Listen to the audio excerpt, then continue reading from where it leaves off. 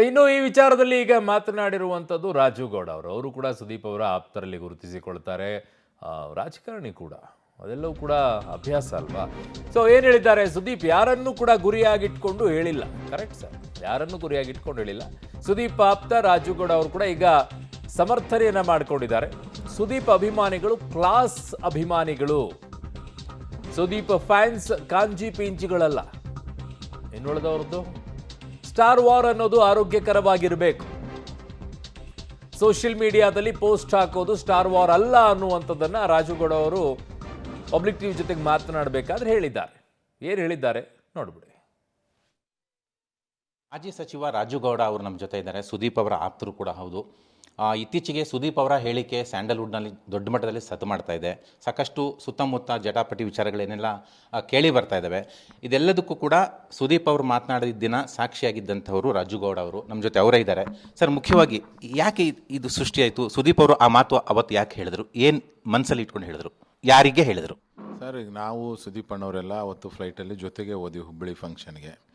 ಜೊತೆಗೆ ಹೋದಂಥ ಸಂದರ್ಭದಲ್ಲಿ ಅಲ್ಲಿ ಹುಬ್ಬಳ್ಳಿಯಲ್ಲಿ ಇಳಿದು ನಾವು ರೆಡಿಯಾಗಿ ಗಾಡಿ ಬೈಕಲ್ಲಿ ಕುಂತ ಸಂದರ್ಭದಲ್ಲಿ ಒಂದು ಫೋನ್ ಬರ್ತದೆ. ನಮ್ಮ ರಾಜಕೀಯಲ್ಲಿ ಹೇಳ್ತೀವಲ್ಲ, ಬಲ್ಲ ಮೂಲಗಳಿಂದ ಬಂದಂಥ ಸುದ್ದಿ ಅಂತ ಒಂದು ವರ್ಡ್ ಹಾಕ್ತೀವಿ. ಆ ಥರ ಒಂದು ಫೋನ್ ಬರ್ತದೆ. ನೀವು ಫಂಕ್ಷನಿಗೆ ಹೊರಟಿದ್ರಿ, ಪೈರೇಸಿ ಪೈಲ್ವಾನ್ಗಿಂತ ಈ ಸರಿ ಜೋರಾಗಿ ವಿರುದ್ಧ ನಡೆಯುವಂಥ ಒಂದು ಷಡ್ಯಂತ್ರ ಇದೆ, ಅದ್ರ ಬಗ್ಗೆ ಸ್ವಲ್ಪ ನಿಮ್ಮ ಫ್ಯಾನ್ಸಿಗೆ ಅಲರ್ಟ್ ಮಾಡಿರಿ, ಸ್ವಲ್ಪ ಎಚ್ಚರ ಮಾಡಿರಿ ಅಂತ ಹೇಳಿದರು.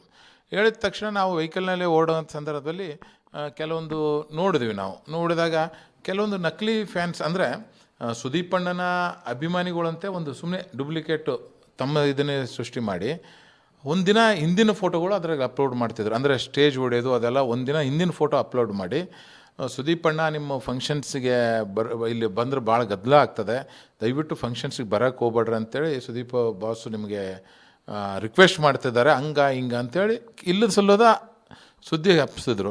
ಆವಾಗ ನೋಡಿದಾಗ ನಾವು ನೋಡಿದ್ವಿ, ಅದೇ ಸುದೀಪಣ್ಣದು ಏನು ಸುದೀಪಣ್ಣ ಇವೆಲ್ಲ ಎಂಥ ಫ್ಯಾನ್ಸ್ ಅಂತ, ನಿನ್ನ ಫ್ಯಾನ್ಸ್ ಅಂತರೂ ಈ ಕಾಂಜಿ ಫಿಂಜಿ ನಿನ್ನ ಫ್ಯಾನ್ಸೇ ಇಲ್ಲ, ನಿನ್ನ ಫ್ಯಾನ್ಸ್ ಏನಿದ್ರು ಕ್ಲಾಸ್ ಫ್ಯಾನ್ಸ್ ಇದ್ದಾರೆ, ಅವ್ರು ನಿನ್ನ ಜೊತೆಗೆ ಮಾಸಾಗೆ ನಿಂತಿದ್ದಾರೆ ಅಂತೇಳಿ ಮಾತಾಡ್ಕೊಂತ ಹೋಗೋಂಥ ಸಂದರ್ಭದಲ್ಲಿ ಅದ್ರ ಜೊತೆಗೆ ಈ ಪೈರಸಿದ ಒಂದು ವಿಷಯ ಬಂದಾಗ ಅಣ್ಣಗೆ ಹೇಳಿದ್ವಿ, ಅಣ್ಣ ಪೈಲ್ವಾನ್ದಲ್ಲಿ ನೀವು ಸೈಲೆಂಟ್ ಆಗಿರೋದೇ ನಮ್ಗೆ ಸಮಸ್ಯೆ ಆಯಿತು ಪೈರಸಿ.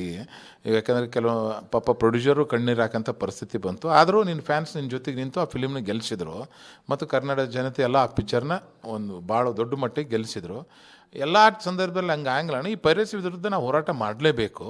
ಸ್ಟ್ರಾಂಗಾಗಿ ಒಂದು ಸ್ಟೆಪ್ ತೊಗೊಲಿಕ್ಕಂದ್ರೆ ಕಾನೂನಾತ್ಮಕ ಹೋರಾಟ ಮಾಡಲಿಲ್ಲ ಅಂದರೆ ಕಷ್ಟ ಆಗ್ತದೆ ಮುಂದಿನ ದಿನಗಳಲ್ಲಿ ಅಂತಂತ ಅಣ್ಣಗೆ ಮಾತಾಡಿದ ಸಂದರ್ಭದಲ್ಲಿ ಆ ವಿಷಯನ ತಲೆಯಾಗಿಟ್ಕೊಂಡು ಅಣ್ಣ ಅಲ್ಲಿ ಮಾತಾಡಿದ ಹೊರತಾಗಿ ಯಾರೇ ಒಬ್ಬರ ಸ್ಟಾರ್ ನಟರ ವಿರುದ್ಧ ಎಲ್ಲ, ಯಾವುದೇ ಒಂದು ಫಿಲಿಮ್ ವಿರುದ್ಧ ಅಲ್ಲ.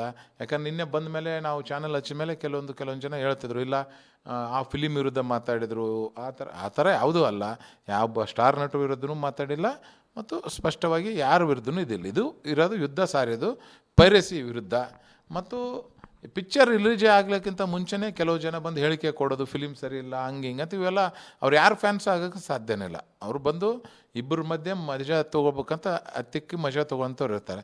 ಅಂಥವ್ರು ಇದ್ದಂಥ ಸಂದರ್ಭದಲ್ಲಿ ನೀವು ಫ್ಯಾನ್ಸ್ಗಳು ಅವ್ರಿಗೆ ಸರಿಯಾದಂಥ ಉತ್ತರ ಕೊಡಬೇಕು ಅನ್ನೋ ಒಂದು ಉದ್ದೇಶದಿಂದ ಅಣ್ಣ ಹೇಳಿದನ ಹೊರತಾಗಿ ಬೇರೆ ಯಾವುದೇ ರೀತಿಯಲ್ಲಿ.